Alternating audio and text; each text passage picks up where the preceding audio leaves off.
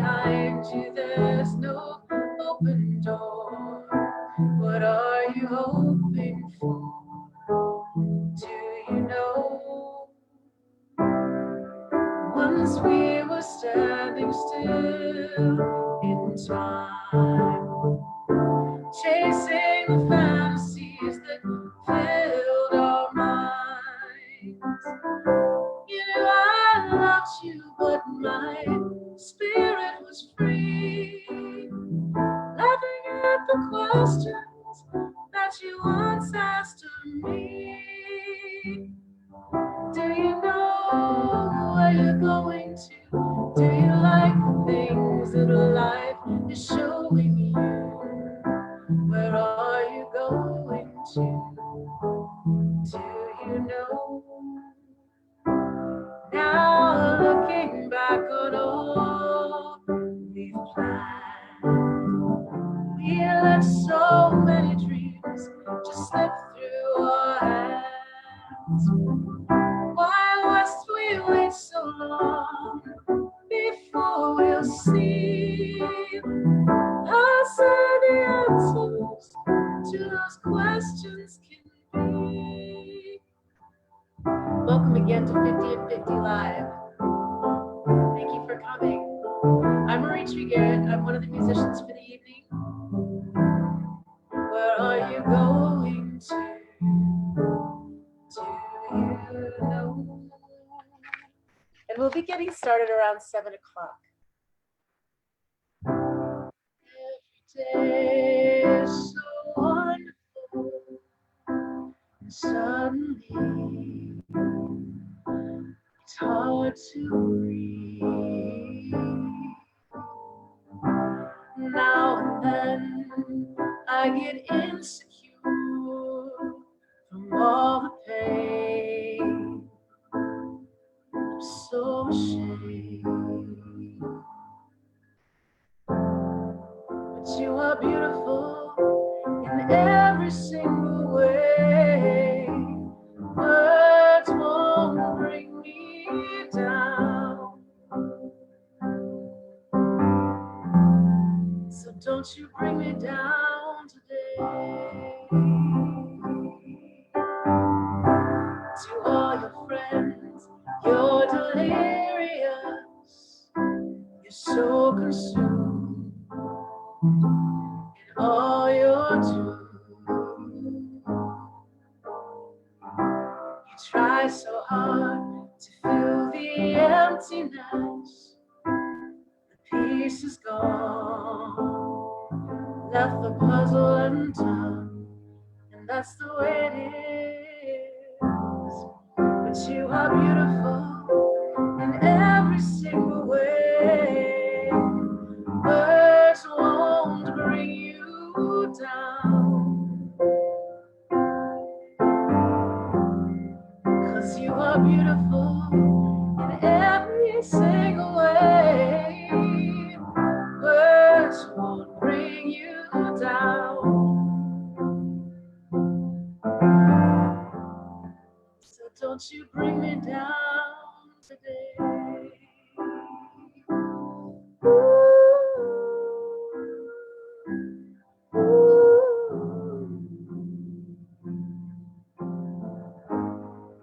So don't you bring me down today. And now is Taylor Harris. Hi guys, welcome to 50/50. For those who are joining in, I hope you guys enjoy these awesome stories and music get to hear tonight. It's truly a blessing to be a part of this. I'm gonna sing a little bit for you guys a cappella, and I hope you enjoy it. Why you wanna fly, blackbird? You ain't ever gonna fly. Why you wanna fly, blackbird? You ain't ever gonna fly. No place big enough for holding all the tears you're gonna cry. 'Cause your mama's name is lonely and your daddy's name was pain. and they called you Little Sorrow, 'cause you'll never love again. You ain't got no one to hold you. You ain't got no one to care. Won't you ever understand it? Nobody wants you anyway. So why you wanna fly? Blackbird, you ain't ever gonna fly. Why you wanna fly? The blackbird, you ain't ever gonna fly. Hi guys, welcome to all of you guys tuning in. I hope you guys enjoy it. It's gonna be such a fun night. Again, I'm Taylor Harris, and I'm one of the two singers, musicians who's gonna be playing some music tonight, along with some awesome, incredible actors who are going to be telling some really great stories. So we hope you guys enjoy as we get ready to start soon. I'm gonna sing a little more for you before I throw it back to Marie Tree. I'm gonna sing another little musical theater song for you. So. Ooh, ooh, ooh,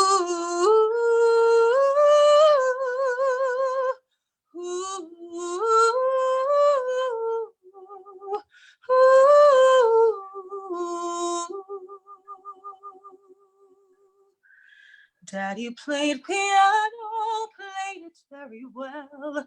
Music from those hands could catch you like a spell. He could make you love him for the tune was done. You have your daddy's hands. You are your daddy's son. Ooh. Daddy never knew that you were on your way.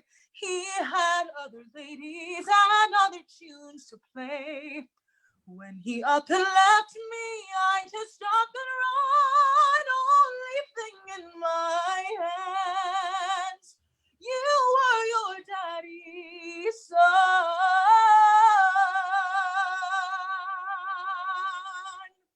Couldn't hear no music, couldn't see no light. Mama, she was frightened, crazy from the fright. Tears without no comfort, screams without no sound, only darkness and pain, the anger and pain, the blood and the pain. I buried my heart in the ground, when I buried you in the ground.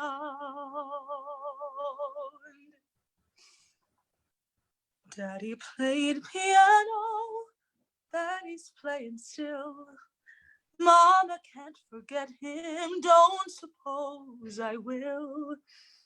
God wants no excuses, I have only one. You have your daddy's hands.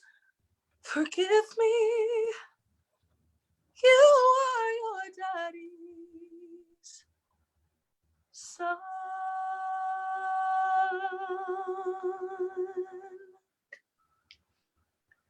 Thank you, and hello to all of you guys tuning in. I'm going to throw it back to the lovely Marie Tree, who's going to sing another song for you guys. So thanks for watching this awesome live broadcast we have coming ahead. That was the beautiful Taylor Harris. Good evening or afternoon, depending on where you are. If you're out here in California with me, it's early.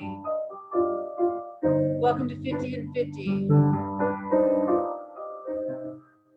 I think about the life I've had, a figure made of clay. I think about the things I've lost and things I gave away. And when I've been uncertain, I search the house and look. One night I found these special words within a magic book.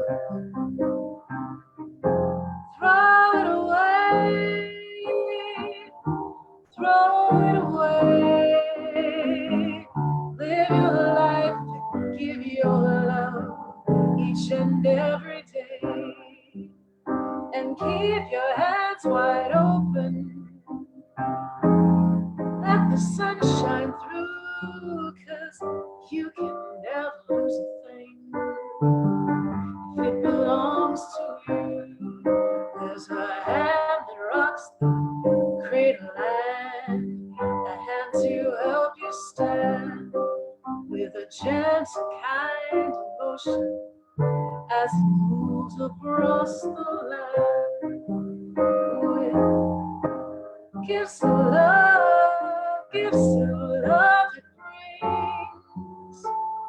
So keep your hand wide open if you're missing anything. Throw it away.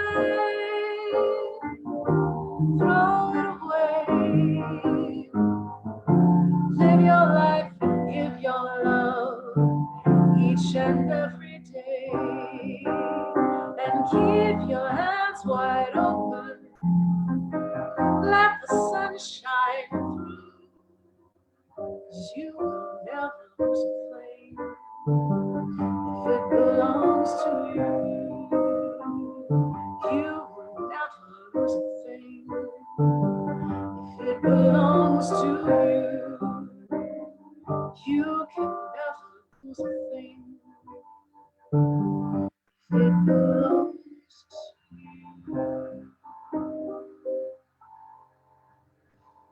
Good evening and welcome to 50 and 50.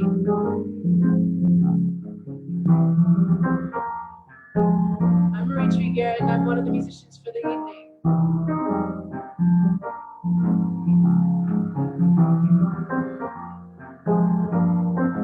We'll be starting soon. The night was meant for rest and sleep.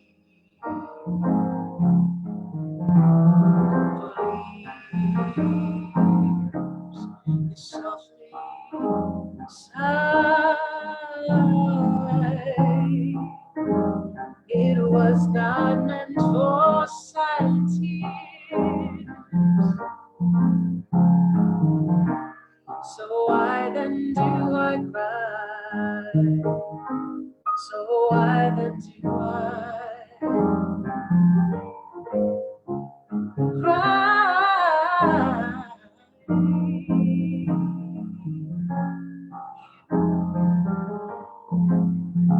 On the edge of night, I remember red and gold and orange and purple, and the fading lights in your eyes. So show your depths hide for lifetimes. In your shallows, I'd wait for hours. In your shallows, I'd wait for hours and hours. If you had asked me, I'd still be there. But you loved me enough to let me go and find my way on my own. But if I had turned and seen you crying, would my own tears have been saved? Would my own tears have been in vain? Would this ocean of tears have been in vain?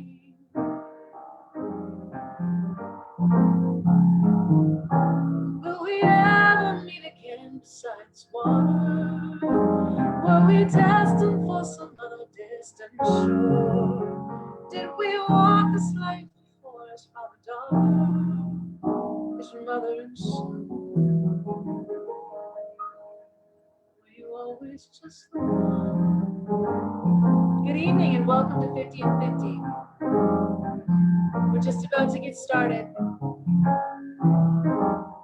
Welcome and thank you for coming.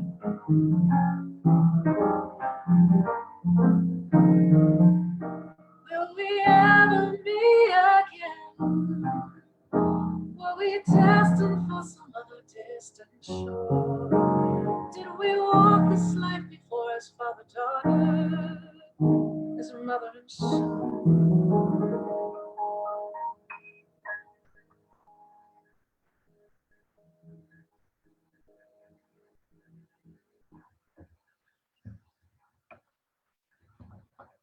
Good evening, everyone. I'm Dr. Indira Atworo, Executive Artistic Director of the Billie Holiday Theater, and thank you for joining us for 50 and 50 Letters to Our Sons. Like theaters of the world, the Billie Holiday Theater remains closed due to COVID-19, and we were unable to present the remainder of our season. Yet our hearts and minds remain open, deepening our resolve to stay connected with you in new and meaningful ways. Hence, 50 and 50 for the first time brought to you online. These extraordinary collective of award-winning artists are coming to you live from cities across the country. I want to personally thank them for inviting us into their homes to share the profound stories of 50 Black women writers sent to us from across the world in response to the curatorial statements by MacArthur Genius Tony Award nominee, Dominique Morisseau. The stories are complex, they're heartwarming and heart-wrenching, and everything in between. Throughout history, the arts have been mankind's answer in times of unthinkable struggle, hardship, and chaos. This moment in history will be no different. I have no doubt that we will emerge stronger, more resilient, and hopefully more united than ever before. Our profound gratitude to the medical workers, first responders, and essential workers on the front lines of this global pandemic. To everyone tuned in, we are all in this together, and we stand with you. We hope you find inspiration in tonight's offering. Maya Angelou wrote, "There is no greater agony than bearing an untold story inside." And so tonight, we set these stories free. Ladies and gentlemen, on behalf of the Billie Holiday Theater, we present 50 and 50 Letters to Our Sons. You scare me in a way that I'm not used to. Being scared. Hold me captive in a way that I was not prepared to deal with. But you held me anyway. I tried to walk away. I was as mad. Second brother, you, how could I leave when I'm not explained? And the pleasures of your smile.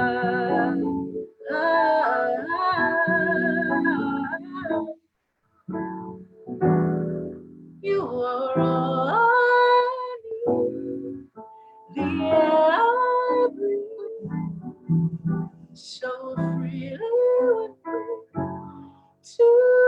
together, and I would go anywhere, take any day, lay my soul, if I could breathe.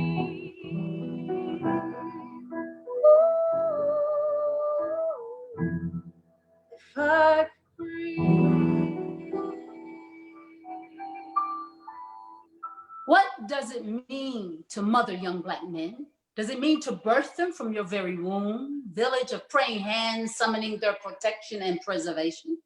When we follow the mothers of movements who are often also mothers of slain sons, we see women who have something to say to the world that hosts these young Black men. That it be kinder and offer them more grace, that it recognizes the value of their lives.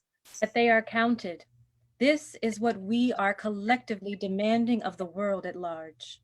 When we ourselves as Black women have borne the brunt of their fight and their oppression, when we are their protectors and sometimes their victims.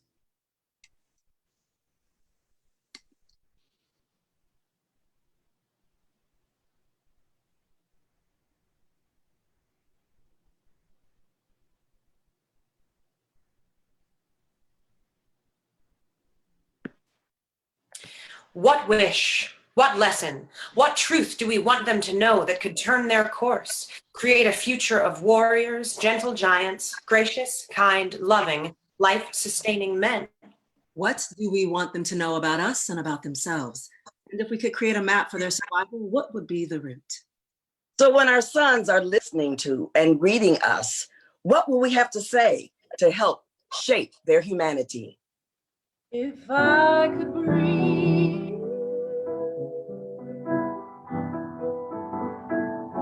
if I could breathe,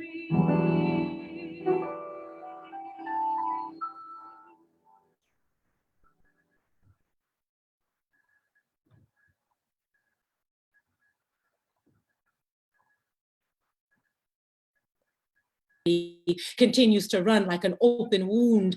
I speak your name. I still speak your name. Freddie Gray, on April 12th, 2015, you were arrested by Baltimore City Police for possession of an illegal switchblade and mysteriously fell into a coma. 25 years old, Black and poor, no opportunities or future knocking at your front door. Lanyap, like Oliver, asking for more. The circumstances of your birth like a generational curse. Options riding on drug sales only made your chains worse. That day, eye to eye, you danced and ran. Feet don't fail him now, do what you can. Always outnumbered, always outgunned. Unnecessary force, spine obliterated. The deal was done, sprawled on your deathbed, 7 days the latter, and people still had the nerve to ask, do Black lives matter? 9 officers indicted and all of them walked free. A mother who can't protect her own son, no justice. How can that be? Because your skin is Black, that makes it hard just to live. Just to live, I speak your names. I still speak your names. Michael Brown, Tamir Rice, Eric Garner, Trayvon Martin, Alton Sterling, Philando Castile, Freddie Gray, and the list goes on and on. I speak your names. I still speak your names. Dear son, Skittles and hoodies are a dangerous combination. Taste the rainbow, not at the expense of your life. I want you to understand that there are things that you cannot do as a Black man, like play with toy guns, play loud music, watch TV in your own living room, wear hoodies, eat Skittles, stand your ground.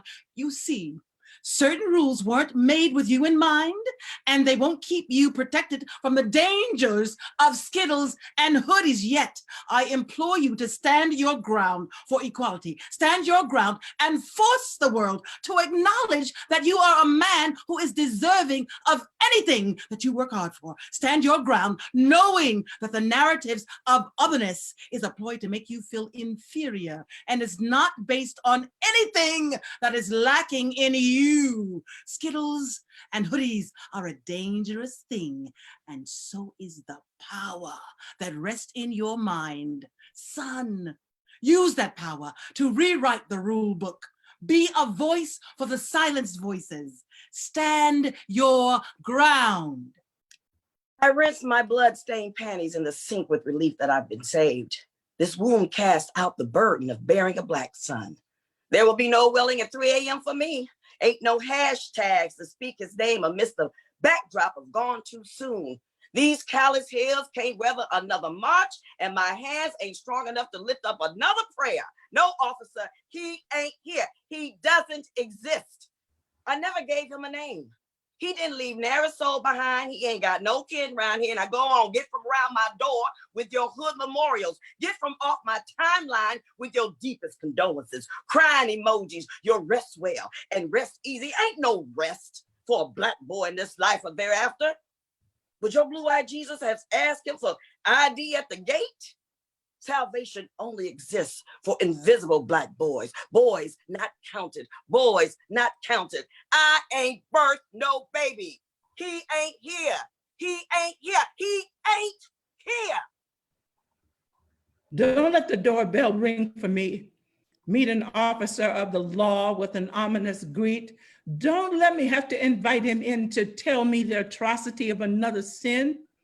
Don't let me hear the words I don't want to hear. Every mother's worst thought, every mother's worst fear. Don't let me have to wail in my tears in the night for some comfort that won't come in the hours of that night.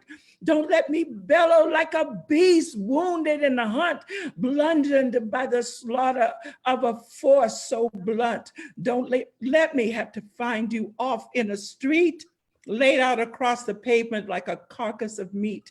Don't let me see colors of lights flashing, red and blue, blue and red. Don't let me see crowds of neighbors gathered round the dead. Don't let me hear sorrows from strangers unknown for a life not fully lived, not fully grown.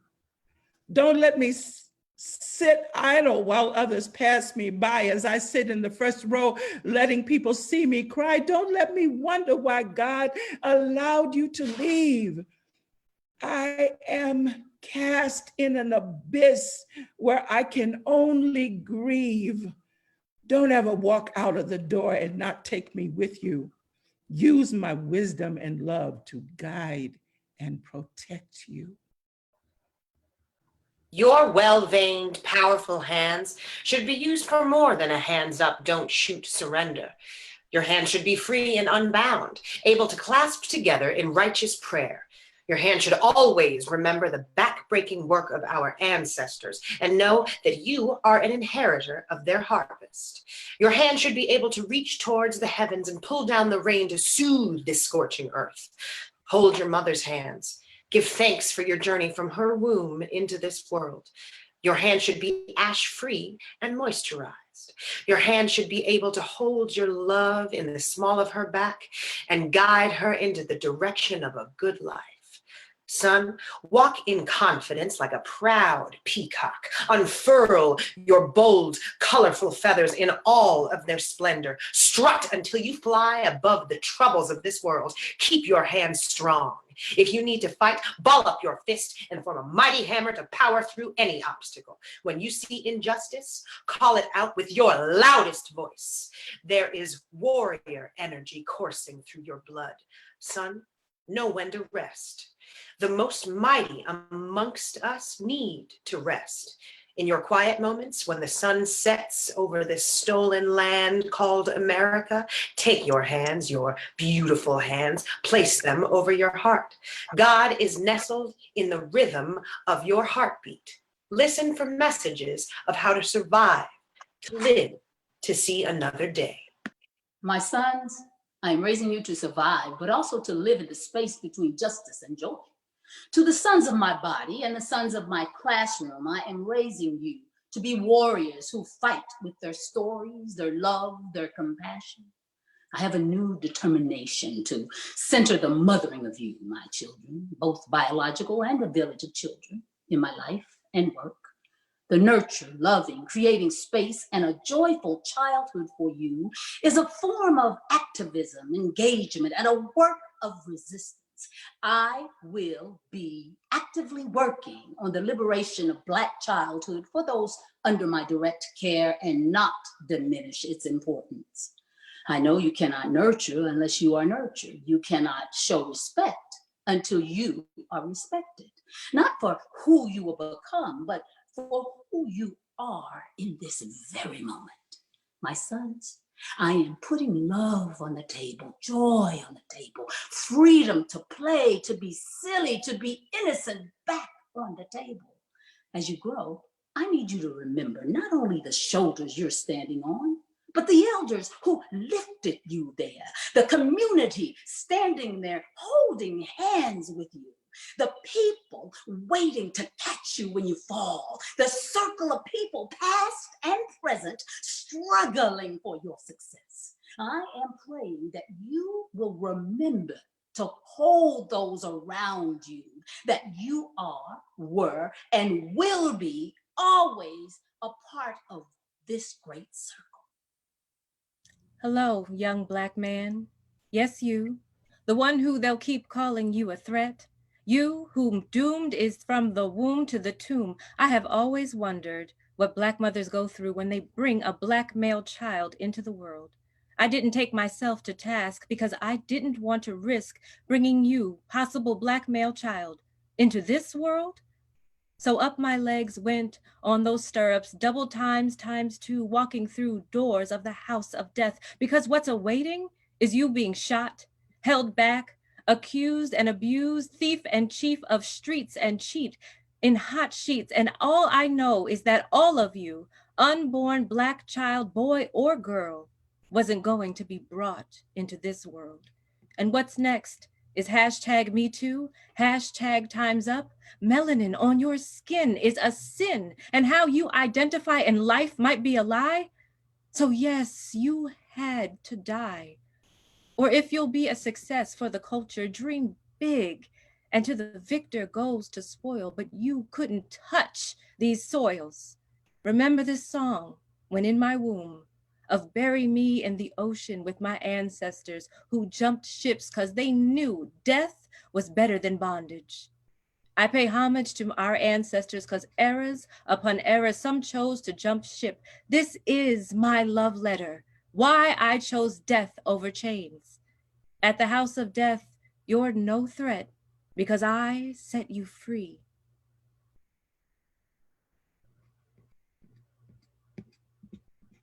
Help your children.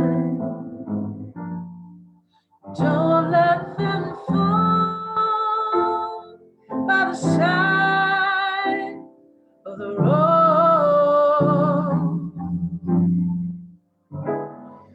And teach them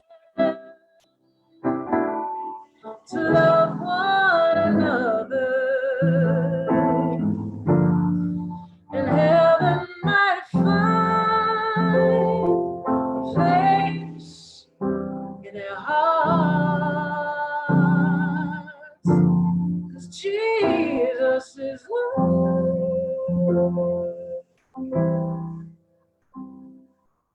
I couldn't give you my father's name. It's not, at least not for your first name. It weighed so heavy on him like a crown he couldn't wear. He worked in prisons, breaking commands, trying to rule, but it killed him. The systematic bitterness corrupted his insides until we found out that that back pain was lung cancer. He subdued children and wives, barking commands, trying to rule, but as much as I loved his fierce guidance, it killed other relationships with my mother and theirs and hers. Yet we all remain unsubdued, untamed, and alive. I want you to live. And although I already hear that little strident, barrel-chested commander in your voice, smelling your 2-year-old self, I wouldn't be afraid of you. I want you to be strong, maybe especially because 2 women are raising you.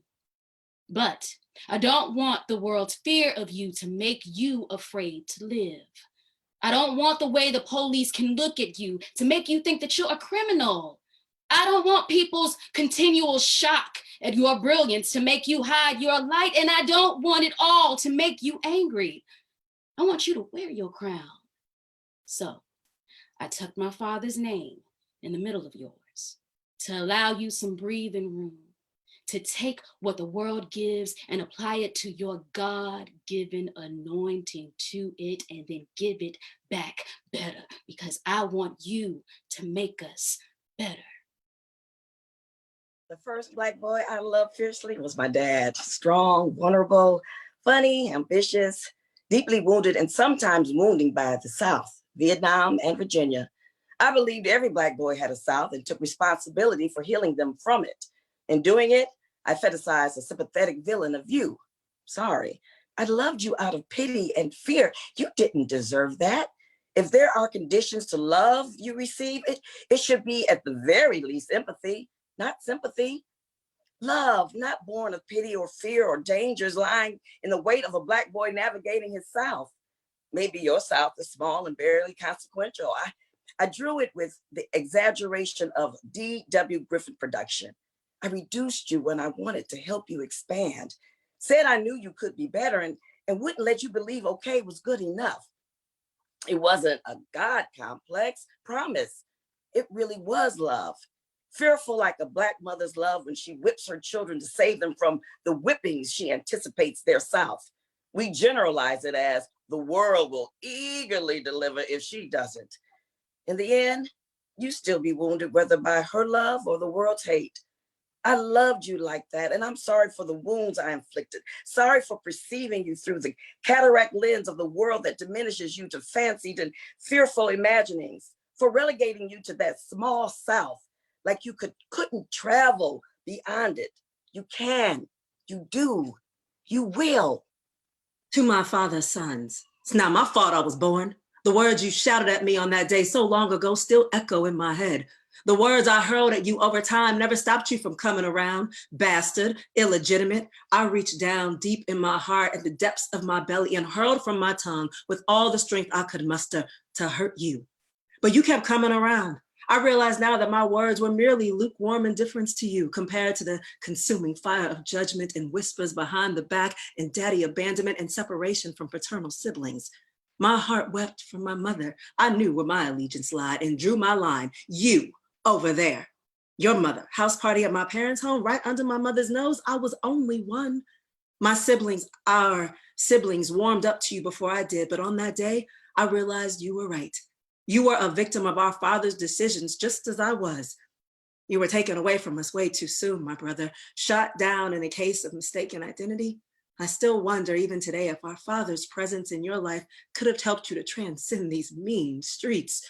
To my surprise, all of your family knew who we were when we attended your funeral because you talked about us so much, they said. Rest well, my brother. I love you. You have your daddy's hand. Forgive me.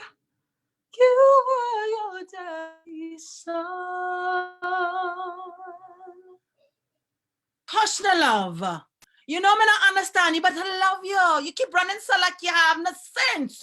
But I know what's wrong. Yes, Angie. Don't be stupid.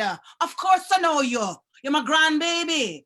Your father is going to have his first biological daughter. And you're scared like you was when he has first child, a son like that. But you remember what I said then. I said, Angie, come here, son. Where you done, pa? Angie, stop it. Stop it. Stop the tears, them. I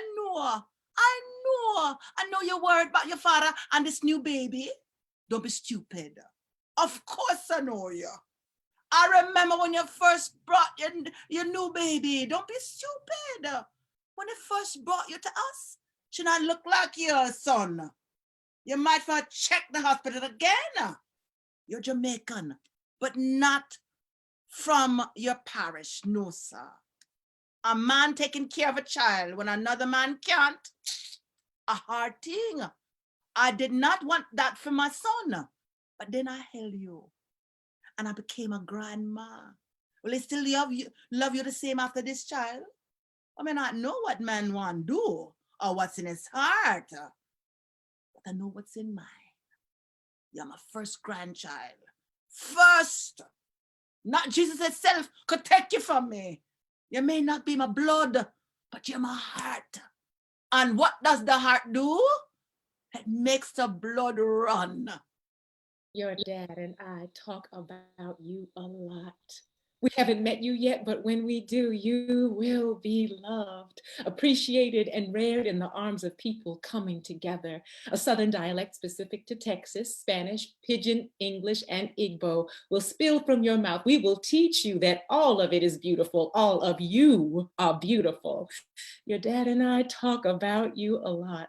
Whether we will pray together or separate with you, we think about the day that you will have to get on your knees and ask God for something, anything everything, an answer to a prayer, a question. We pray you choose the God we serve, but should you not, we will still love you. Your dad and I talk about you a lot, what growing up in this world means for you, a Black boy, a multicultural Black boy with brown skin, nappy hair, and a hint of his father's accent. You will understand the world differently, be able to come at it from both sides because you are both of us and one of you. Your dad and I talk about you a lot. We talk about the type of person you will be, kind, thoughtful, imperfect, but perfectly you. You will succeed, you will fail, but you will always be open to learning. You will stand tall and encourage others to hold their heads up high. My beautiful Black boy, we love you already. There's an ache in my heart that the world do not know. Within 7 years, you were technically out of my arms, the safe space. I fed you your first meal. Remember how reluctant you was to take my breast into your mouth? Your lips were yours, barely formed, and yet they showed signs of the lips that belonged to your father. A man born during the age of the Jim Crow, conquer lean, nothing black but my Cadillac, the Vietnam War, and strange fruit. They wrote and sang about it. They danced about it and preached to crowds of people everywhere. They traveled north and brought with them the fervor of being a Black man in America. One day somebody said, I'm Black and I'm proud. Continue to love yourself and me. I poured my love into you. It was all you needed to become who you are today. You are an extension of hope and promise. The ache in my heart is there because your father, like many, didn't have the chance to see that Jim Crow, Vietnam War, Me Too, nor Black Lives Matter could stop the rich Black blood that runs through your veins, just in case it had halted for a generation. I see a few grandsons standing tall and waiting to hold the torch. Thank God you don't look like that man. I spent the first few months of your time on earth afraid that I would see his smile spread across your face, that your left hand might have the same lightning-shaped birthmark. Your father loved me like he was drowning. When he placed his feet on my altar, blew smoke in my face, and threw the word bitch at my chest, the crinkle between his eyebrows was a tornado in my gut. But when I heard your heartbeat, I gathered all the water in my eyes and I let him go. I lit my candles, got my shea butter, and prayed for you every night. Tiny ripples wore up and down my belly, making room for you. Maybe it was because it was the coldest day of the winter, or maybe you felt my fear, but you stayed in my womb for 72 hours. When I saw your eyes blink up at me and your tiny fingers and a fist on my chest, I knew I was ready for you. His blood is in your veins, but so is mine, okay? You didn't get those beautiful eyelashes from me, but you got the way you cut your greens, your gravely laugh, and the way you're gonna love your son straight from your mama. Truth is, when you sleep, I do see a part of your father, the man he never got a chance to be. You have your daddy's hands. You are your daddy's son. Every day is so wonderful, and suddenly it's hard to breathe. Now and then I get insecure from all the pain. I'm so ashamed. But you are beautiful in every single way. Words won't bring you down. So don't you bring me down today.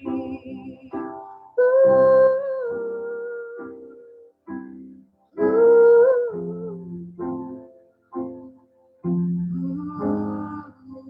Don't you bring me down today. My sons, my beautiful Black sons, my brothers, my fathers, my uncles, we are your mothers, your wives, sisters, and aunties, and we love you. When we look at you, we see the day you were born, full of possibilities, your first day of school, your first love, your first heartbreak, your success and your struggles. And we love you. We love you and we protect you because sometimes we know you can't protect yourself. Not that you were incapable of being a man, you understand, and rising to any occasion. We understand when you do man up defending yourself, your family, your moral values, this society does not respect you, challenges you, goes you into the monster they think you are. Then they kill you. Then I must plan your funeral. Cry tears falling like rain, praying my tears will wash away the hatefulness, hoping justice will appear in the sky like a rainbow. We have yet to see justice. Still we cry at your demise, feeling the oceans, waves of tears that scream, live, live. We love you because we know sometimes you don't know how to love yourself. Sometimes we don't know how to love each other. We keep trying and loving and making mistakes and holding on and finding the will, the strength to hold each other up. We need you to hold us up like we hold you. We need you to understand your future is connected to ours. I am you and we are us woven together in this cloth of blackness through generations, DNA, genes, slavery, freedom, social injustice, racism, and victimization. If you turn your back on us, let us stand alone. If not you, who will stand beside us, with us, for us? We are you, you are us.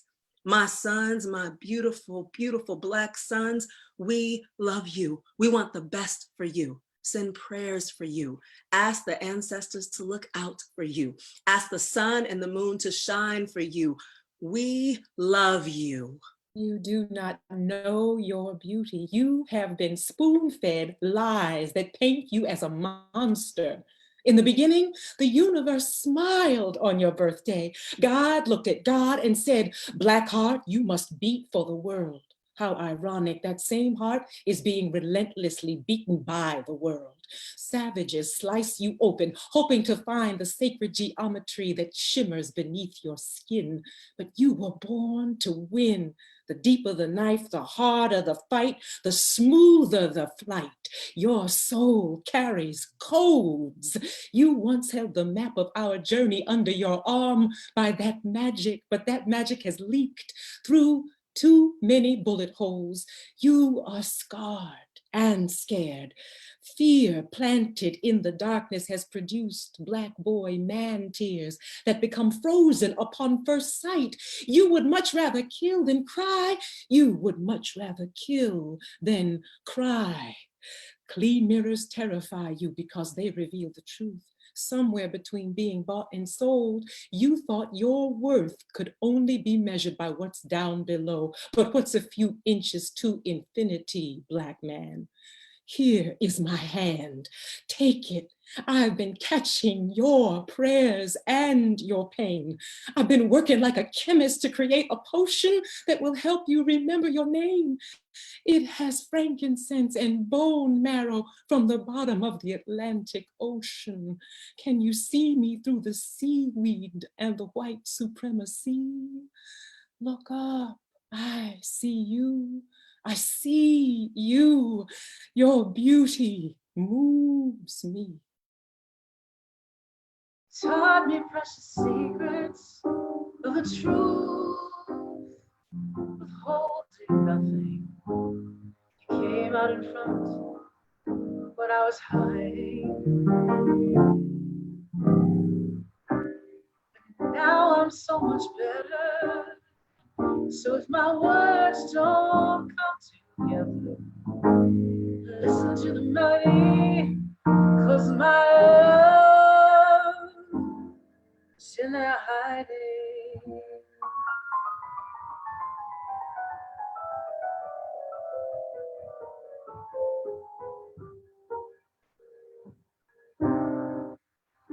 I love you in a place where there's no space or time. I love you all my life, 'cause you're a friend of mine. And when my life is over, remember when we were together. We were alone, and I was singing the song to you.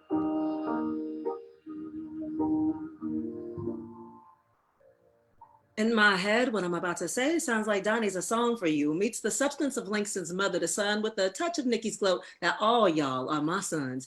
In reality, it probably just sounds pedantic. Son, I need you to hear this, son.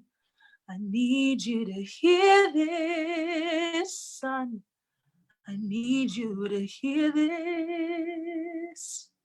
Often women's words are filtered through men, with just a tinge of the woman left that only reveals the frustration when she finally gets through.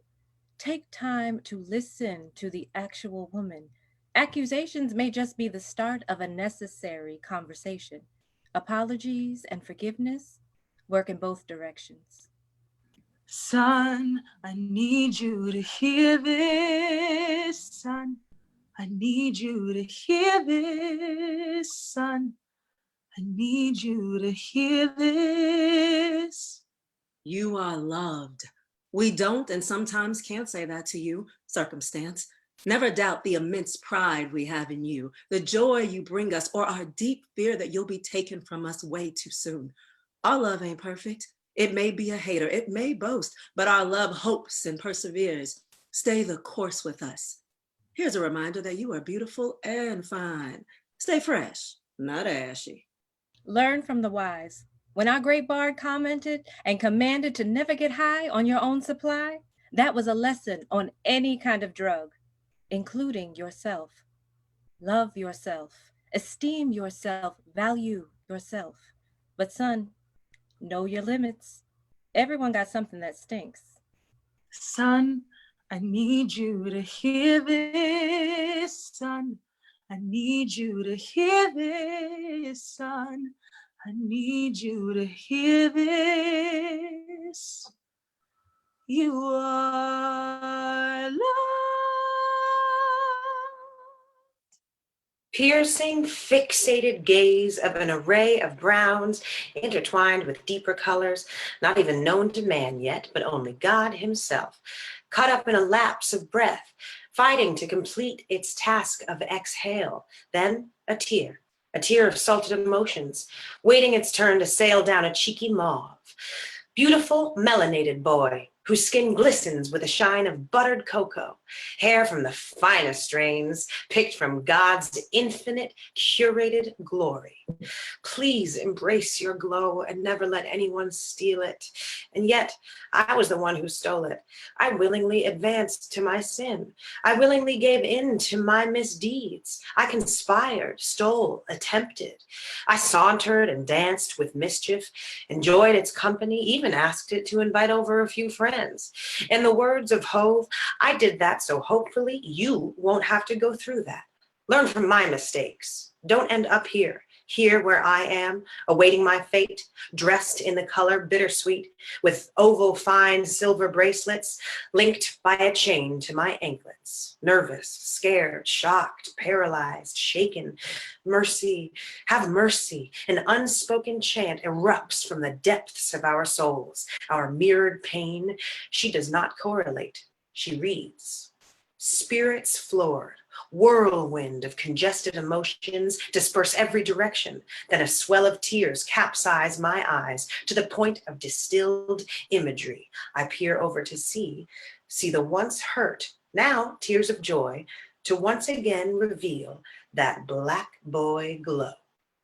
Will we ever meet again beside this water? Were we destined for some other distant shore? Did we walk this life before as father-daughter, as mother and son? Were you always just the one? Always the one? Was I the one for you?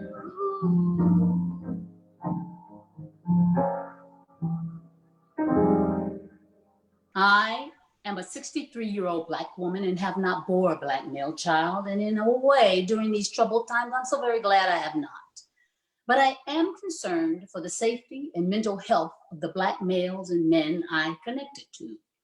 On the up, I have a 95-year-old father who was just recognized at City Hall by Councilwoman Kumo for serving in the Pearl Harbor waters during the war era and whose soul wasn't fed healthy love. As I've observed in my growing to adulthood, I have a brother, host of nephews, cousins, neighbors, and male students. In fact, Christopher Wallace, name known then, AKA Biggie, was in my health class in 1987 at Maxwell High School, and came to class one time. Him and his class rather spit words in the hall and go to their other classes. No, I was far from being a boring teacher. Evaluations prove that. Students then and now are like my children.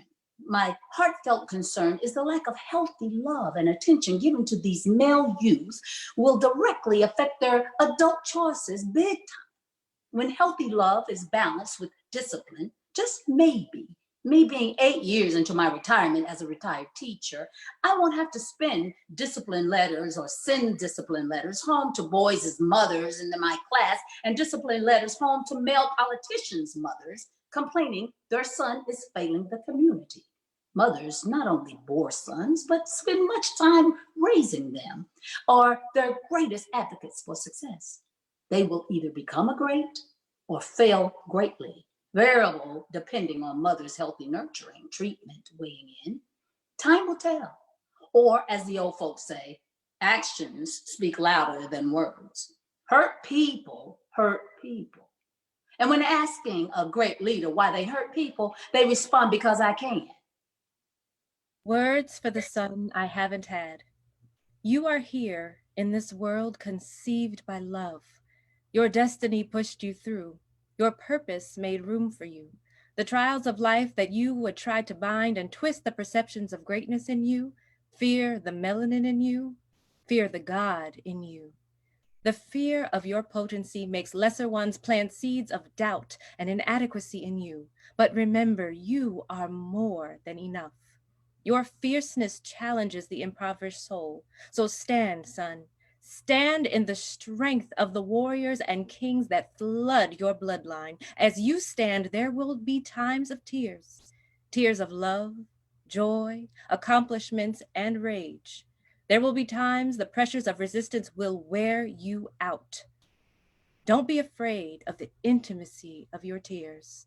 It's your pool to drench your fears. Their trek from your soul through your eyes, down your face, become prayer God hears. Son, make room for quietness. Learn to hear and see the answer to prayer. Forgive like you've never been hurt. Love, knowing in your heart, it's the key to change the world. Love, Mom. Dear sons, although I was not blessed to have given physical birth to you, I am blessed to have you as my nephews, godsons, cousins, those I have counseled, those from my old youth groups, and all that I have prayed for. I want you to know that you are ordained by God. You come from a spiritual legacy and from kings in Africa. I want you to know that we need and love you. There is nothing like the relationship that a daughter has with her father. The hashtag girl dad relationship surpasses all. Mothers and sons also have a unique, strong bond. You are important to the world and to the future. That is why we fight for you. If I had to create a guide for survival, this would be it. Number 1, trust and love God. Number 2, know your heritage. Number 3, understand your worth. Number 4, create and pursue your goals. Number 5, always present yourself as the gentleman and the kings that you are. Number 7, find your queen and treat her as such. Number 8, raise godly kings and queens like yourself. In doing so, know that it is okay to make mistakes, okay to be vulnerable, okay to cry, okay to ask for help. It is okay to be you. Be the best you that you can be, knowing you are loved, you are wanted, you are kings, and you are our sons. I love you. Happy Happy birthday to you. Happy birthday to you. Happy birthday. Happy birthday to you. Happy birthday to you. Happy birthday. Sitting, I smile and write, "Happy birthday, John." Long time since I could say that, feel that. The day I heard it's a boy gave me a thrill. I could secretly name you after a high school crush, not your paternal grandfather. Oh, that feeling, that first flutter of excitement that would never be repeated, no matter how long I lived. So I gave you his name. The night you were murdered left a hole in my life. Joy and excitement were sucked out of my days. The colors in my life turned gray and music abruptly stopped playing. In life, I couldn't protect you. So you were cremated and I placed your ashes in my room where you are safe.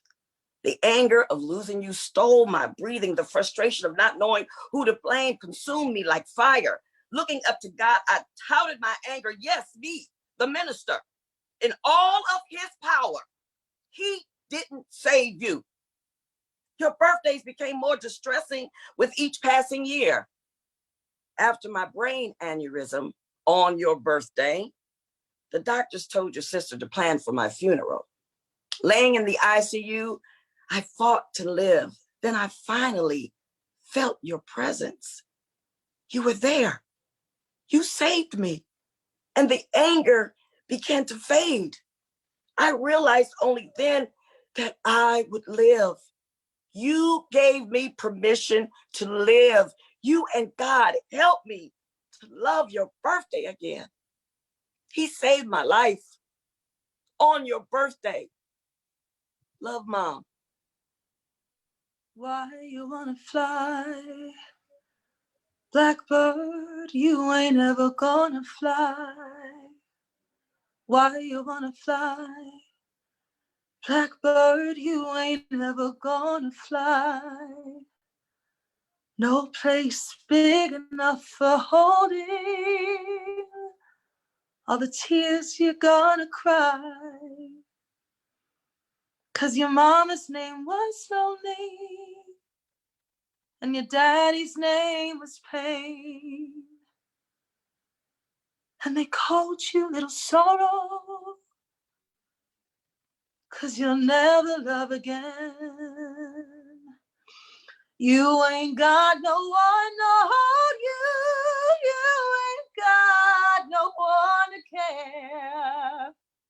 Won't you ever understand it? Nobody wants you anywhere. So why you wanna fly? Blackbird, you ain't ever gonna fly. Why you wanna fly? Blackbird, you ain't ever gonna fly.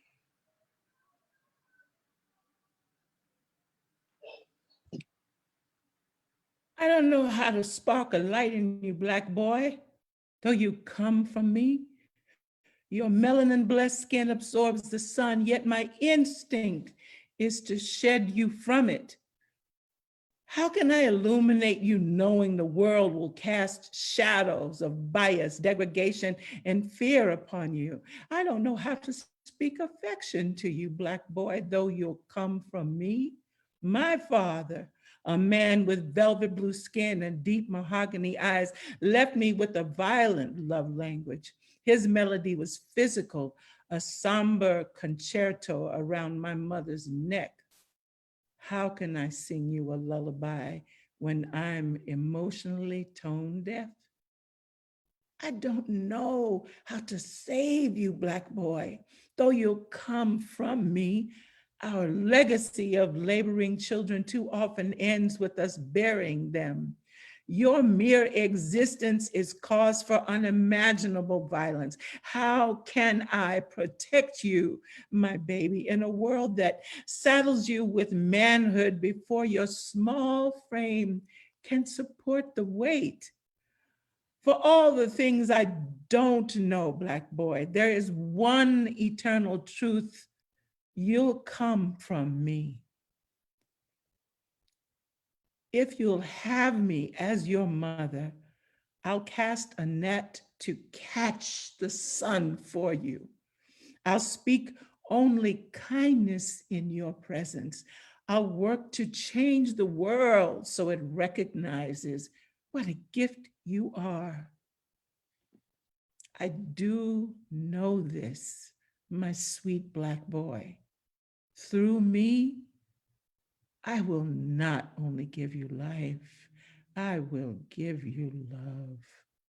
Him, that little bubbly, kinky, coiled, round sugar cube that will be my baby boy. I never wanted a child really, but decided if I had one, mine would be an S-U-N, son. Growing up, many major moments unfortunately slipped through the cracks. We were financially well off, but quite love poor. I was definitely not my parents' son. I was more like the sunlight peeking through clouds on a hazy day, not really regarded, acknowledged, or felt. But you, little one, you will be my sun, my moon, my shining star. You will be the one thing I do that matters more than all the other things I've ever done.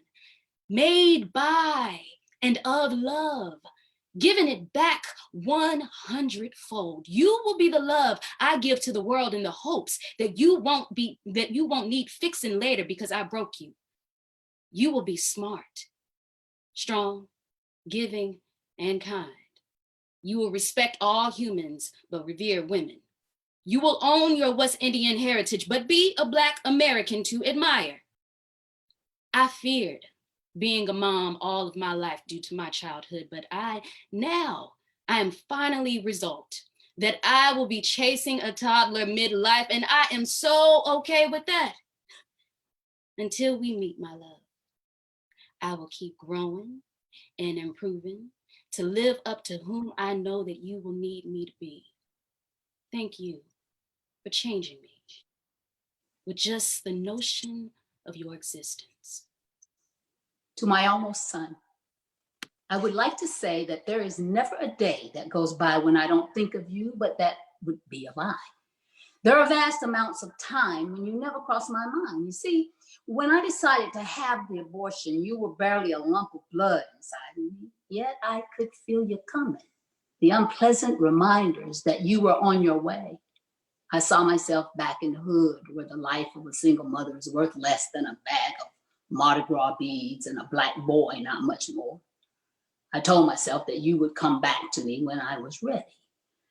You never came, and I have to be honest and say that I'm glad you didn't. The last 30 years, there has been war on Black bodies. Thanks to me, you missed it. You missed the Iraq War and the collapsing, burning towers of September 11th. Did you know there was a little Black boy on one of those planes? That could have been you. When I think about him and his mother, I ask myself, was it better to have loved and lost than to have never loved at all? Thankfully, I never got to love you.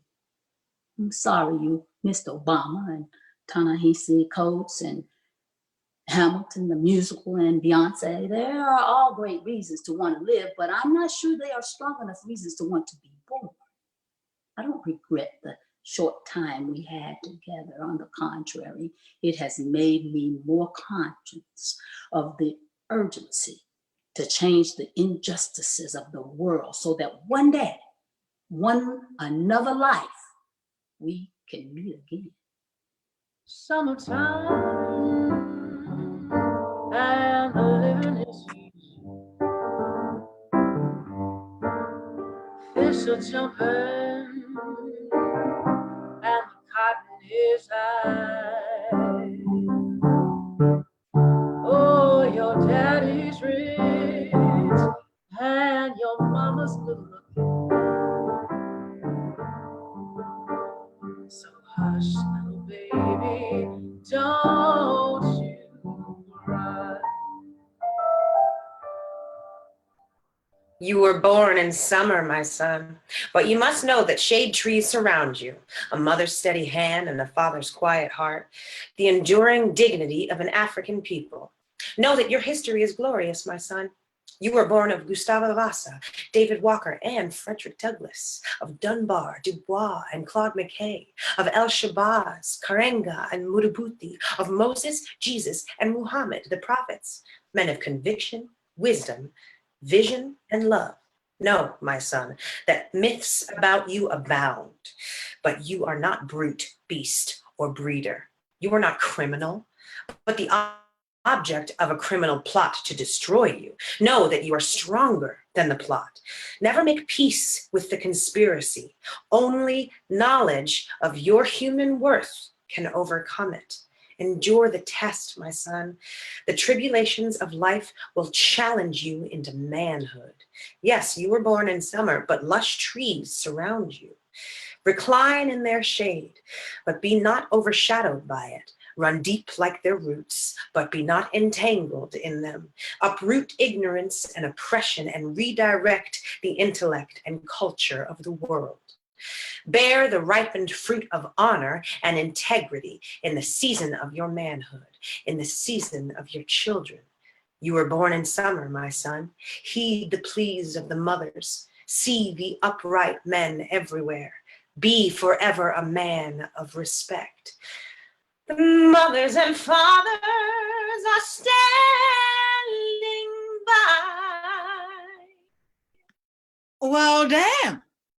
There was once a brown man, and all he ever wanted to do was love a brown woman. One day, while he was minding his brown business, he met an attractive brown woman, and instantly he knew he loved her. So he proposed. Soon thereafter, he wed her. Life was brown and good, except with her white job came many stresses. If her brown shoulders weren't aching, her brown feet were sore. One on the day, she came home complaining about both. Without question, he sold his brown company and committed himself to making sure that every day when his brown wife came home in from work, she would have a perfectly tempered bath waiting, her favorite podcast queued, and a cool glass of spring water from a real spring on the side of the tub.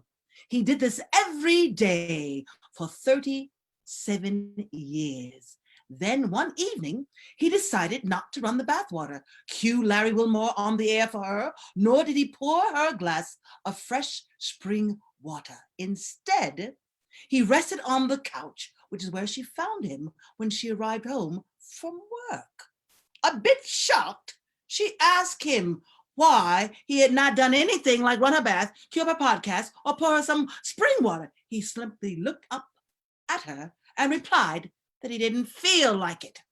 The next day, he was served with divorce papers, citing unannounced change of his brown mind.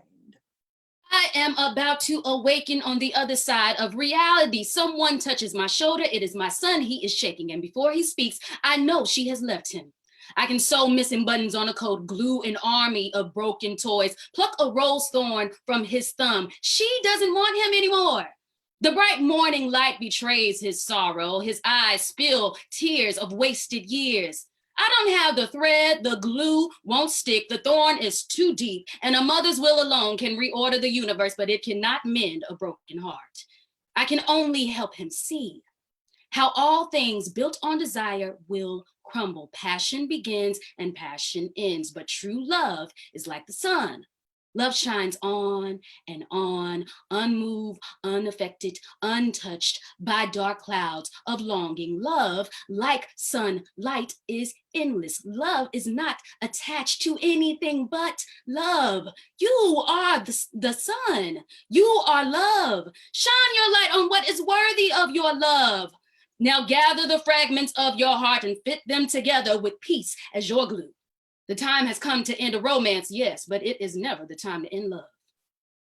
You are dating my daughter, and every Friday night you enter our home. I watch as you greet my baby girl with a disarming smile and a gentle embrace. You cross the threshold and your defenses fade away. Your hardness softens, no need for the shield of aggression. You are 16. A beautiful boy on your way to manhood, but still blessed with innocence and hope in your eyes. You are dating my daughter. And as the two of you ready yourselves for the movie to sit in the darkness, I think about the two of you walking from this house into the darkness, into the unknown. You hold her hand, she holds your heart. The young Black love, you are vulnerable. You are her protector. You walk on the perimeter of the sidewalk like your father taught you. You are dating my daughter. You see them, your head on a swivel. They are ogling your girl. You are prepared to act. Your chest inflates, defenses return, bravado beckons. You are a warrior. You are dating my daughter. So you remember the virtues of restraint. You remember that she is not your possession. Her safety is in your hands. You are growing into yourself. Nothing to prove. You are dating my daughter. You return to our home with my girl.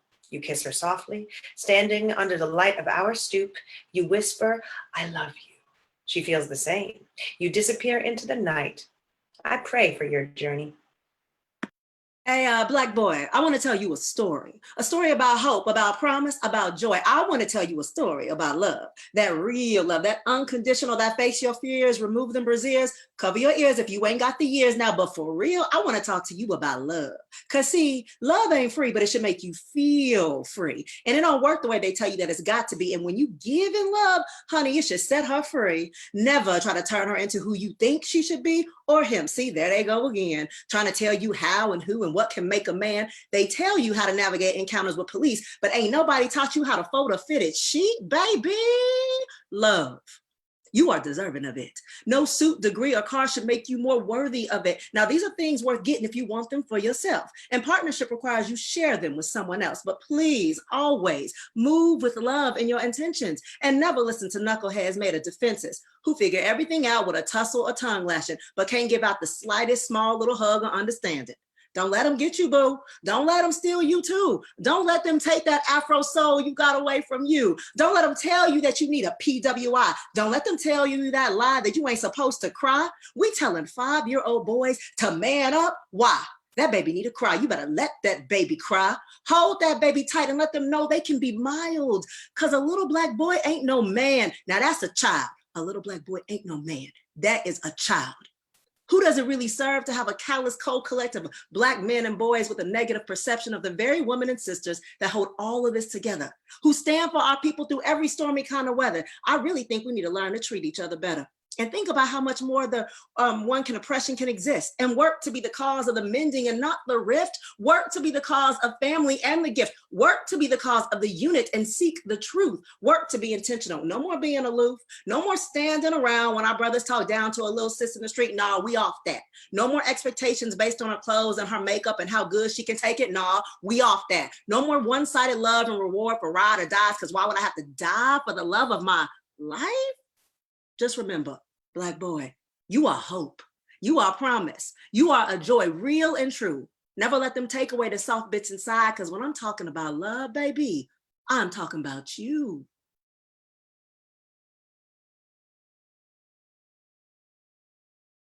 Late 50s,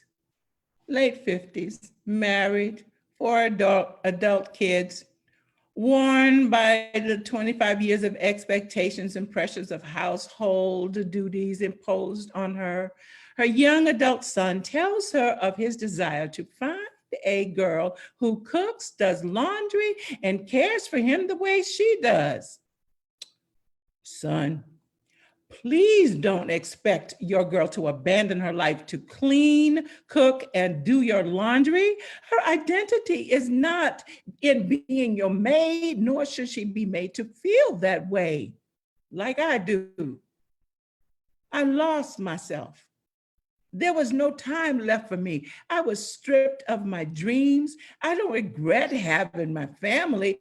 I just didn't know how much of me it would take. That's why I taught you how to take care of yourself, how to cook, clean, do laundry, so you won't be a burden to your future wife. It's no fun being in a relationship when you heavily leaning on someone, absorbing their time, their energy. Make sure you share the load and responsibility. Lighten her load by doing your own load or two of laundry. Remember, son, she's a human being with dreams, a God-given purpose who wants to pursue her life to the fullest with freedom, not bound by simplistic demands of household chores. Your task is to elevate her too. Fill each other with aromatic notes of admiration, support, unconditional love, and care for each other. So that's my desire for you and your girl. I would have liked that. Dear son, how do you love a broken woman? A woman who hides her trauma with a neck swing and an eye roll, all the while trying to prove to herself and the world that despite it all, she is superwoman. How do you love a broken woman? You love her by understanding her pain and ensuring that you are never the cause of it. Love her by not judging the battle scars that life has left upon her. Love her by exalting everything about her that the world tells you to hate. Lift her up and help her see the beauty in herself that she may too often miss. Love her. Love her so intensely that she may soar. Understand that being broken is just one step away from being shattered. Know that the prick of a thorn is painful, but the purpose of the thorn is to protect its owner. Have the courage to give her wings. You cannot love her properly, most importantly, under that only reason her skin is seared is because she's been racing through the same fires as you. This is how you love a broken woman. I am light, I am light. I am light, I am light. I am not the things my family did. I am not the voices in my head. I am not the pieces of the brokenness inside. I am light. Boy, bye. You just imply that my politics are not feminist enough because what? They don't match up to Chimamanda's? That's your barometer? Don't you even mention Oprah because that'll make me question so much more than I already am about what's going on between you and me. Chimamanda? I mean, fuck out of here. Seriously? It's perfectly fine if my feminism exists outside of, well, maybe not completely outside of, but not directly alongside the we should all be feminist rhetoric you assume applies to all Black girls. You men kill me. So you watch one TED Talk during one of your many flights to wherever it is you go, so you swear you know us? Not just know us, but how we see ourselves. For one, sis ain't even talking to Black girls. So there's absolutely no way she can be speaking for all Black girls. If you truly want to challenge my politics, pick up some bell hooks. Some Audre Lorde, Alice Walker, fuck it, Missy Elliott, Eve, Nikki, Sagittarius Minaj even, or better yet, actually hold a conversation with my girls, the same ones you turn your nose up at whenever they stop by smelling themselves like newfound freedom, even though it really ain't your business where they get their money from. Yeah, talk to them. Anybody but some snooty conservative African who don't know anything about what it is to be me and has proven it time and time again that she does not care. Am I my nigga's keeper? Yo, nigga, where out thou? Does that make you cringe? No? What if a white person said it? You Black males use this word as salutations and disrespect to their fellow Black man. A word so ingrained in their vernacular that they call their white friends the N-word. The Black dichotomy of the word has been deduced to whether you add an ER or a at the end. Yes, Tupac, we are never ignorant, getting goals accomplished, but I disagree with rappers justifying it. No other race glorifies their ethnic slurs. You can't want the title of king and still answer to the word nigga. My solution? Address each other as brother. My brother, brother man. That's my Mickey Ficky brother right there. Young men, you are brothers, families, tribes, brothers from other mothers. Greet each other in the more positive light. Well, at least in public, in private, have at it, I don't care. Show society that we have evolved. They tell us to get over slavery, but we address each other like we never left. Taking the power out of the word only benefits us. They still view you by the words you answer to. Now they paying attention. Let other races catch you showing each other respect. They hate that. Listen to Angie Stone's brother and embrace and love feel the words when she sings it. Young man, address your fellow Black man as brother. Words do have power. Remember, he ain't heavy. He's my brother. I place my child-sized feet into the souls of men. From their gaze, I see a faceless body, a warm neck to kiss, a pocket of flesh reserved as his hotel for when he's in town. I am also the town. I am a bread and breakfast, a nightstand where his watch is laid to rest, where a glass leaves a ring splotched with dust.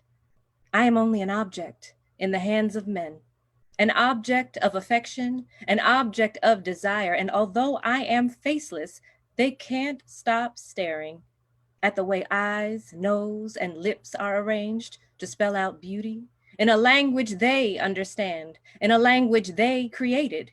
I am the colonizer's tongue. My body is patriarchy's greatest tool. I am to be treated just like land conquered and settled. I am the territory men claim as colony. Who did they kill in order to claim me?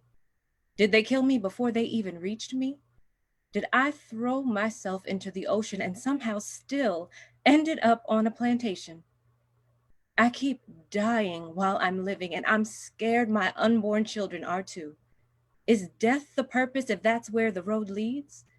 Or do we flirt with each other to only pass the time in hopes that the time will expire and transport us to a space where bodies are used for pleasure while souls are left in an empty room? I want a new body, one that's never been used. Do you know where you're going to? Do you like the things that life is showing you? Where are you going to? Do you know? Do you get what you're hoping for? When you look behind you, there's no open door. What are you hoping for? Do you know? Forgive me. I thought I gave birth to 2 girls. I realize now that I did not see you. I ignored how you started to act, how you dressed, how you hid your body as it was changing. I overlooked how you wanted to be seen. I see you now, my son, my handsome boy. I will call you by your new name, Stephen. I want to help you be the man, a Black man you've never seen or met, but felt growing inside you since you were a little boy. I will do my best to show you how to survive as a Black man in a world that uses every ounce of its power to put you in the ground daily. Don't be afraid, though. It's a sick and scared people that use their power to crush others instead of build more life. I suspect that because of the kind of man you are, these streets may be even more dangerous to move through, but I don't let that keep you from standing in your truth. Being a Black man is more than the clothes you wear or even the body you wake up in each morning. I'm a woman, but I learned long ago that Black manhood is about taking the fire that the world sends your way to burn down every barrier put in your path. But I suspect you probably know more about manhood than me after the journey you've taken to get here. One Once we were standing still in time, chasing the fantasies that filled our minds. You know I loved you, but your spirit was free. Laughing at the questions that you once asked of me. Do you know where you're going to? Do you like the things that life is showing you? Where are you going to? Do you know? Well, son, the crystal stair has shattered and the tracks and splinters have embedded in the floorboards, warped with the tears of hope and promise. I thought by now this road would be easier for you to travel, but they've planted a briar patch on the path to block your destiny, and you got to find a way through it. Now, my way was hard, but I never looked back because my life and your life depended upon me looking forward, looking ahead. While my journey was tempered by adversity, the difficult strengthened my resolve to persevere. I took each step with strong conviction because I believed the storm was passing over. I believed the trouble don't last always. I believed that we would overcome. But belief can be a dark and lonely place when you can't hear the voice of God guiding you. Yet I've seen his hand move mountains. He lifted me to higher ground, and his strong arm created milestones. But now it's time for you to take up the mantle and continue the fight. Unfortunately, you don't have the luxury of being comfortable with mediocrity because of the obstacles in your way. Nor can you retreat to a waiting safety net to avoid misery and pain. I know the way is hard. So together, we will continue to move forward, rebuild the crystal stair. Believe that the storm will pass over, that trouble don't last always, and that we shall overcome. I love you, son. As a man in today's world, you need to pick your battles, fights carefully. Everything should not be fought the same way or with the same intentional intensity. Your fights will ultimately determine your destiny. Make sure that these battles matter to you, are purpose-driven and necessary to your growth, spiritually, mentally, and emotionally. Revenge is not an admirable action word, neither is vengeance. Allow yourself to feel emotionally, whether it is good or bad. It will make you into a better man because emotions help your heart to grow. Remember, a heart that is cold is stunted. A stunted heart will hurt you when you try to fall in love. Remember to be courteous. Courteous people go far in life. Be careful of your anger as it can harm your body if it is done too often. Anger constricts the blood vessels, thus a heart attack or stroke. Always have integrity. It will keep you on the best course for your life. Be spiritually aware and cognizant of the world around you and how everything intersects. Live peacefully with your friends, enemies, and within yourself. Love yourself enough to walk away from anything or anyone negative. And be confident, not arrogant. Please remember, sex is not the most important thing in a relationship. And make sure your character is inherently honest. Dream big. Fulfill your desires and dreams as they relate to your purpose. Remember, giving up on your dreams and goals is not an option.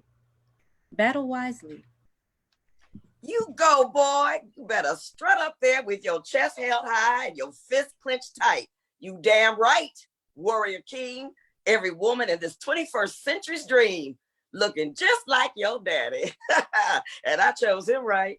You go, boy.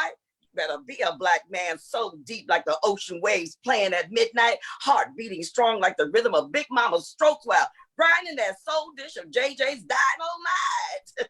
A black man, wise, made in love, destined to be hatred's kryptonite. You go, boy.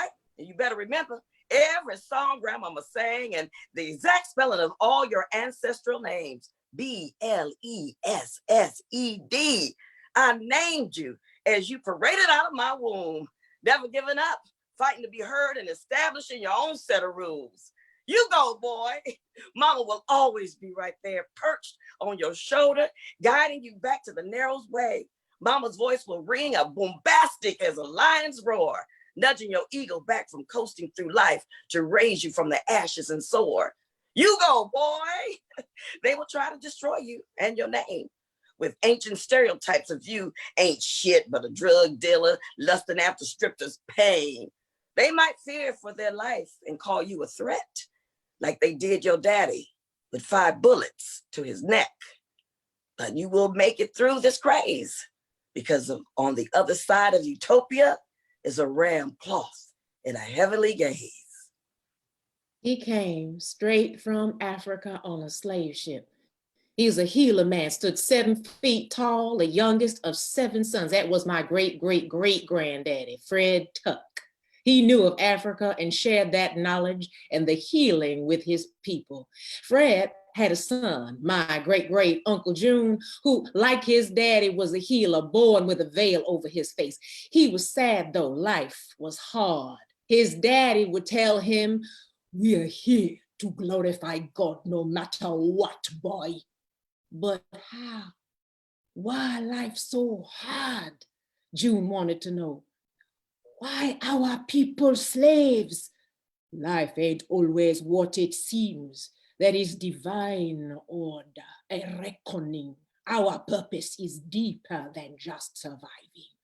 Through storms and war, to shine, find and leave beauty, bring healing, loving transformation.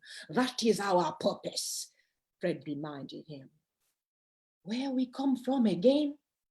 Young June would ask. He had heard it many times before, but the story soothed him. Fred would take his son gently by the chin and turn his face to the sky and say, "We a mighty people. You from Al-Kebula, now called West Africa, the Yoruba people. Abuja, that was where I was born at 18, got captured, then brought here to Tennessee. Benin, our true home, home of our ancestors. You may never see or get there, but home always in your heart. It's in your bones, no matter if you've never been, and I never go back. Africa in us, keep us strong." Will we ever meet again beside this water? Were we destined for some other distant shore? Did we walk this life before as father-daughter, as mother and son?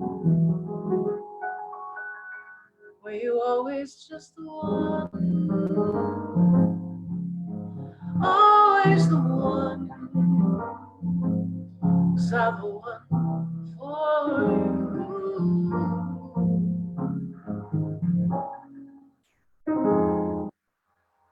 My dearest son, my womb ached for you. In a world that diminished my existence, you were the seed that was never expected to grow, but you grew. Like the thick trees our ancestors were hung from.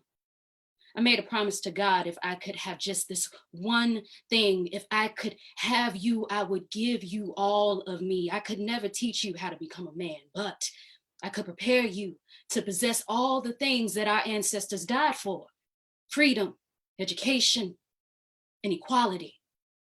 I cradled you in my arms, molded you until you could hold your own, whether on the block, in the hood, or in the halls of Harvard.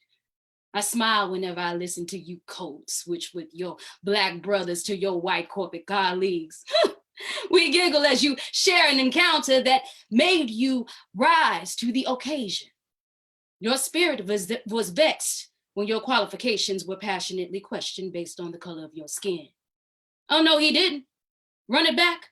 Run it back. Then what did you say? I pray our ancestors are proud of the strong Black man that you've become. Their blood runs through your veins. Their resilience carried you as you walked across the land they tilled when you graduated from college. A privilege they never had. You are their wildest dreams. Who am I to have such audacious dreams for you? I am your mother, but I will always be the last man standing in your corner. Dearest son, I have loved you with an undying, radical love your whole life. I always told you how much I loved you. I would cover your face with kisses. Even when you became a grown man, I hugged you as if it were the last time. Now here I stand at your grave, my tears flowing like a never-ending fountain, cherishing the last time I hugged you. I took seriously the Swahili proverb that says, as you bring up a child, so he will be. I taught you to be kind, solid, helpful, wise, observant, and radical. I taught you to be a catalyst for change. I taught you the wisdom from the ancients, your ancestors. They said, Black is beautiful, blessed, powerful, fierce, and that you matter. I knew I was raising a warrior, son, so I taught you the strategies of a warrior. I watched as you outmaneuvered every enemy with grace. I listened to you speak words of freedom. You gave voice to those whose voice had been muted. You were outraged for those who were afraid to be outraged. You were empowered to empower.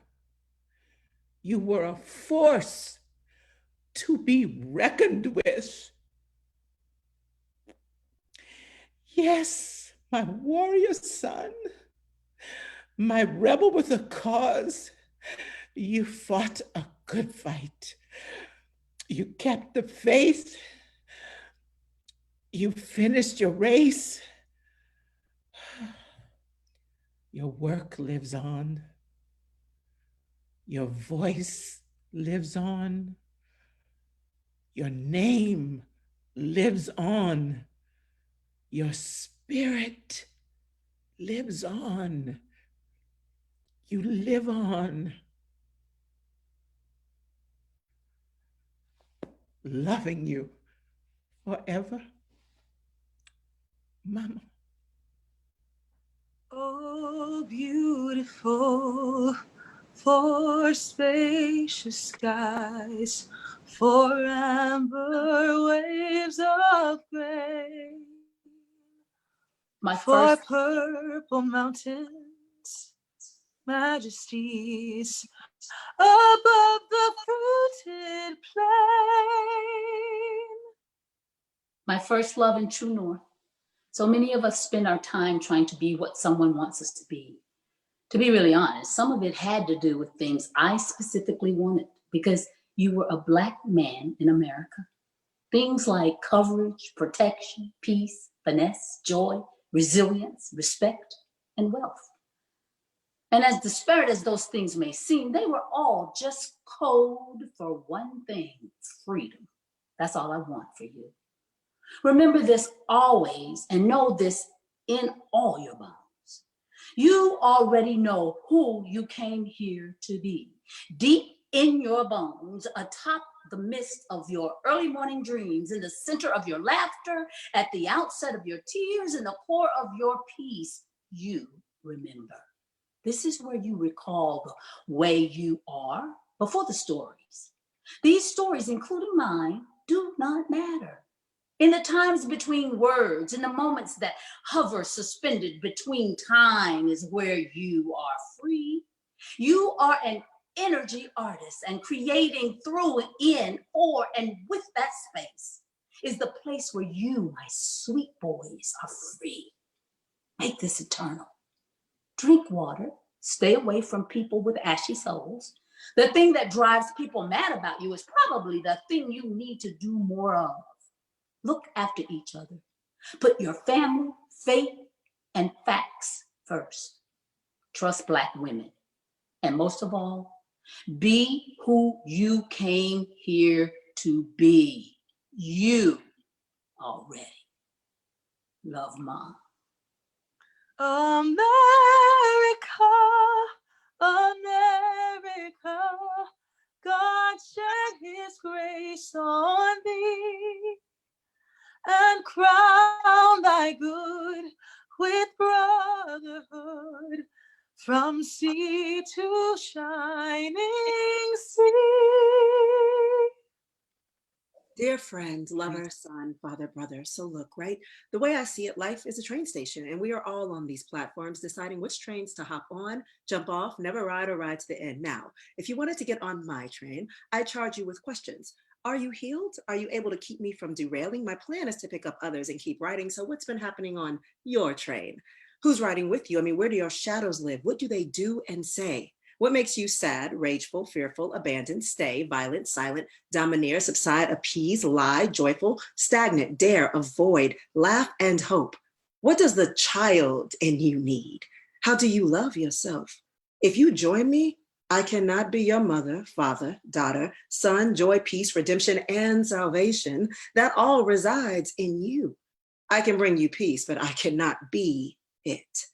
You must face, then climb out the valleys of your spirit. There, you'll find the truths and healings of your passengers who rode before and built the cars, engines, and tracks. If you can't see all parts of yourself, how can you see me? If you can't be honest with yourself, how can you be honest with everyone around you on the platforms? Face and heal your shadows. When you are ready, step onto my train. I'll be in the third car from the front. You see, son, those countless nights I spent worrying about the uncertainty of tomorrow, waking up each morning looking into your beautiful big brown eyes, helped me to harness my creativity and resourcefulness. Ultimately broke the chains of my fear. You see, son, your uncanny wit is a fountain of hope. You've inspired me to step out of my comfort zone and has propelled me to strive to be the best version of myself. You see, son, your tenacious determination to bring your A game on off the pitch reactivated my faith so I can persevere through daily opposition by societal pressures. You see, son, the truth is, the more I prayed, the answers became apparent. God has always been with us. He sent his angels to our aid in the form of teachers, coaches, friends, and family, and a host of blessings too many to count. Nothing happens in life by coincidence. Son, as you embark upon manhood, before you get consumed by the undercurrent of injustices, covert discriminatory practices which often breed confusion designed to fray you from your purpose. As your mom, I want you to always remember, above all else, you are a child of the Most High God. Whatever you were created to become is already within you. Your true value is found, your gifts, they cannot be learned, only refined. Soon you will realize your gifts are not for you alone, but to touch the lives of generations like you've touched mine. Love, Mom. Dear son, if you are reading this letter, then you know that I have passed away. You know that I was never one for sentimental talk. My pride wouldn't let me bare my heart to you.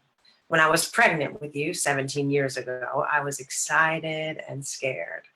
I wanted to protect you from the evils of this world, but didn't know how to. Son, know that your poor choices in life don't make you a failure. They are lessons learned. I never knew how to say I love you without feeling insecure and vulnerable. Son, love yourself unapologetically. Be fearless in knowing and sharing your love with those who love you. You are the best part of me that I was never able to discover about myself. Son, don't confuse your anger as being a strength. Your strength is knowing that you have the power to transform hate into love and confusion into understanding. I've always told you, hold your head up high, don't be weak. Real men don't cry, be strong. But I was wrong. Your ability to be slow to anger isn't a weakness, it is a superpower. Those tears that you hold back, let them flow, baby. Release them so they can create waves of change inside you. Don't let this letter be our final goodbye. Keep me in your heart. When the detention center releases you, connect with your father. He wants to do right by you. Love, your ma. On Monday, December 7th, 2015, I sat on the toilet seat in my tiny master bathroom. In one hand, I held a restraining order I'd signed last night to keep you from our home. In the other was my cell phone. After church yesterday, I found you in your bed in a stupor. Pink mucus dripping from your mouth. You clasp a handful of white pills. For over 3 years, I tried to curtail your drug use. It hadn't stopped with pot or Ritalin. You ate Xanax like they were breath mints, despite my best efforts to send you to the most credentialed rehabs or attend your numerous court dates or for possession of controlled substances. You seemed hell-bent on self-destruction. You almost succeeded. A police car and ambulance parked in front of our suburban house exposed my failure as an African-American parent to the neighbors.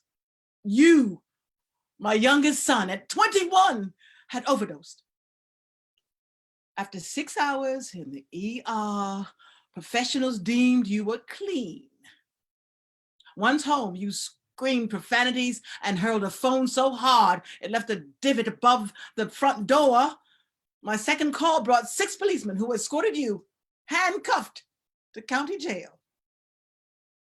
We were both safe until your best friend's dad posted bail. Releasing the vice grip I'd held on your health, I dialed the phone and asked your older brothers for help. I don't know what to do anymore. Those words became your recovery from addiction and ours as a family. Every morning when I wake, I close my eyes again to say a prayer over my children. My prayer is over their safety and mental health.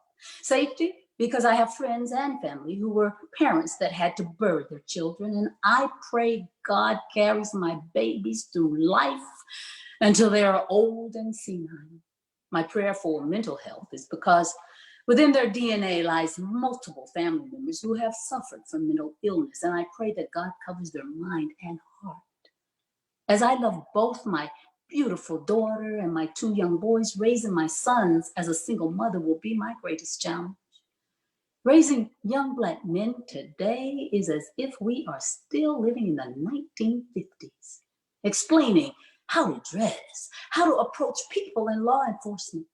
My boys are small, 3 and 4 years old. They don't understand what life is like for a Black man in America. I don't want to stagnate their imagination and creativity, so I walk a fine line between be careful out there in these streets and be free to be you, express yourself. In one hand, I want them to live out their wildest dreams and set the world on fire as an architect, programmer, drummer, athlete, and a lawyer. But I want them to make it to see these dreams. So I explain body language and how to address authority figures, because the goal is always to make their dreams become a reality.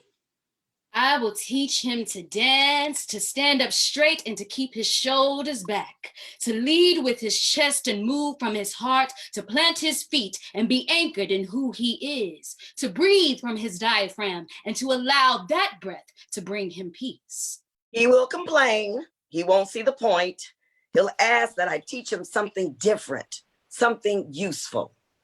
So I will teach him to sing, to use that anchored breath to move mountains. I will stress the importance of diction, rounding vowels, and dynamics. I'll teach him to use the rests as breaths, to recharge with each inhale and hold each note for its full count. He will call it stupid, he'll pout and refuse to participate. I'll ignore him because I know best. And I will teach him to act, to feel, to adapt without submission, to revel in the process, welcome critique, and face rejection without fear. He will look at me looking like me, and he will tell me that none of this is going to help him learn to fly. And yet, he will.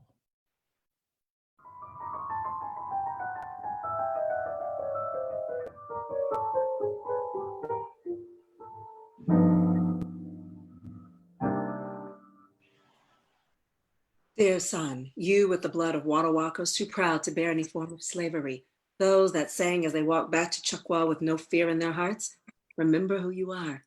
The drumbeat now a siren's call. Let it lead you to the truth. Even if you feel no land claims you, claim yourself. Dear son, dive into love, whole, deep, and wide. Turn your back on no wave. There is a lesson in everyone. When you reach the dark bottom of its ocean, call out. Ocean will light the way. Dear son, the ground beneath you will become undone. Place both hands in the soil. It will speak the myths of our ancient ones, for our souls are deep rooted in this earth. Let no cousin, far or close, trickle their poisonous words in your ear. They are mother lost and hate what brought them forth. Though the times bring fragmented joy, ease forth into your gentle soul. Above all, be magic bound. Magic knows your heart, for you are the answered prayer of those who came before. We were alone and I was singing a song to you.